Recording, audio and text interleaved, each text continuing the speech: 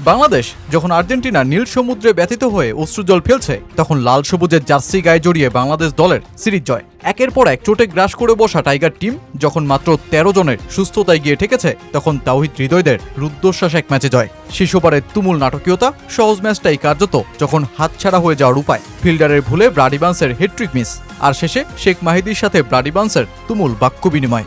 দুই দলের পুরো সফরের শেষটা মিশে গেল উত্তেজনায়। যদিও বাংলাদেশ 3 ফরম্যাটের সফরে টি-20 সিরিজ জিতেই ছাড়তে পারল জিম্বাবুয়ে।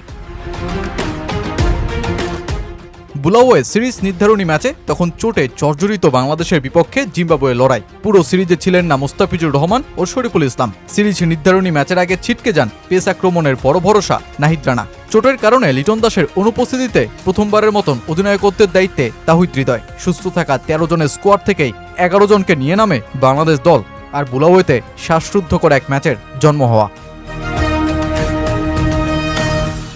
ব্রায়ান বেন্নেট, যাকে জিম্বাবুয়ের নতুন দিনের ব্যাটিং তারকা হিসেবেই ভাবা হচ্ছে, তিনি শুরুর আক্রমণটা করেন ডোয়েন মায়ার্সকে সাথে নিয়ে 71 রানের দ্বিতীয় উইকেটের জুটি। বেন্নেট 47 রানে সাইফুদ্দিনের বলে বোল্ড হয়ে ফেরেন, তবে ইনিংসে আটকে থাকেন মায়ার্স। পাওয়ার প্লেতে 40 রান তোলা জিম্বাবুয়ের অপর প্রান্তের উইকেট যখন তুলে নিচ্ছে বাংলাদেশ, তখন এক প্রান্ত আগলে ডোয়েন মায়ার্সের 53 বলে 73 রানের ইনিংস। আর স্বাগতিকরা শেষ পর্যন্ত থামে 7 উইকেট হারিয়ে 143 রানে। সামনে সহজ লক্ষ্য, আর মাস্ট উইন ম্যাচে সাইফ হাসানের ফের হতাশ করে ফেরা। জিম্বাবুয়ের তখন লক্ষ্য একটাই, যেভাবেই হোক চেপে ধরতে হবে বাংলাদেশকে। আর দলটা শুরুতে সফল হয়। শর্ট বলের কৌশল কাজে লাগিয়ে ইনিংসের 5ম বলেই সাইফ হাসানকে ফিরিয়ে দেন এনগারাবা। বাংলাদেশও পাওয়ার প্লেতে 30 রানই তুলতে পারে, তবে তানজিদ হাসান তামিম এই ম্যাচেও দায়িত্ব নিয়ে বসেন। গত ম্যাচে 58 রানের ইনিংসের পর এই ম্যাচে ধৈর্যের ইনিংস গড়ে তোলেন। টি-20 ক্যারিয়ারে 13তম 50 পূর্ণ করেন, আর যার মাধ্যমে সাকিব আল হাসানের সমান 13টি অর্ধশতকের মালিক হন তামিম।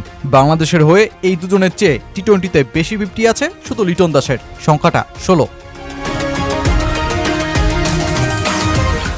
পারভেজ হোসেন ইমন ও তাওহিদ হৃদয়ের 24 রানের ইনিংসে ভর করে বাংলাদেশ কার্যত জয়ের বন্দরেই পৌঁছে যায়। কিন্তু দলটা যখন বাংলাদেশ, তখন নাটকীয়তাকে কিভাবেই বা লুকিয়ে রাখা যায়। শেষ ওভারে 6 বলে 5 রান দরকার বাংলাদেশের। আর জিম্বাবুয়ে তখনই যেন মনে করিয়ে দিল 2022 বিশ্বকাপের পাকিস্তানের বিপক্ষে ম্যাচটা। সেবার তারা শেষ ওভারে 7 রানকেও ডিফেন্ড করে বসেছিল। এদিন শেষ ওভারে 5 রান দরকার ছিল বাংলাদেশের, হাতে 6 উইকেট। স্ট্রাইকিং প্রান্তে তামিম, বোলিংয়ে ব্রাডি বান্স। প্রথম বলেই তামিম সিঙ্গেল নিয়ে মোসাদ্দেককে পাঠিয়ে দেন স্ট্রাইকিং প্রান্তে।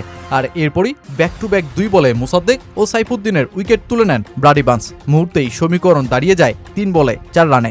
এরপর আরও নাটকীয় এক মুহূর্ত, ইবান্স হেট্রিক বলে শেখ মাহাদিকে এলবিডব্লিউর ফাঁদে ফেলে দেন, কিন্তু বাউন্ডারি লাইনে এক ফিল্ডারের নড়াচড়ার কারণে আম্পায়ার বলটি ডেড ঘোষণা করেন। এরপর তামিম ও ইবান্সের মধ্যে উত্তপ্ত বাক্য বিনিময় হয়। ইবান্স মিস করে বসেন হেট্রিক, আর তারপর ফুলটেস বলে শেখ মাহিদির 4 হাঁকিয়েই রুদ্ধশ্বাস ম্যাচটা জিতে নেয়া। ম্যাচ শেষেও শেখ মাহিদি ও ব্রাডি বান্সের কথা লড়াই চলে বুলাওয়েতে। আর সবশেষ বাংলাদেশ টেস্ট ও ওয়ানডে সিরিজ হারের পর চোটে ক্ষতবিক্ষত দল নিয়েই টি-20 সিরিজটা জিততে পারে।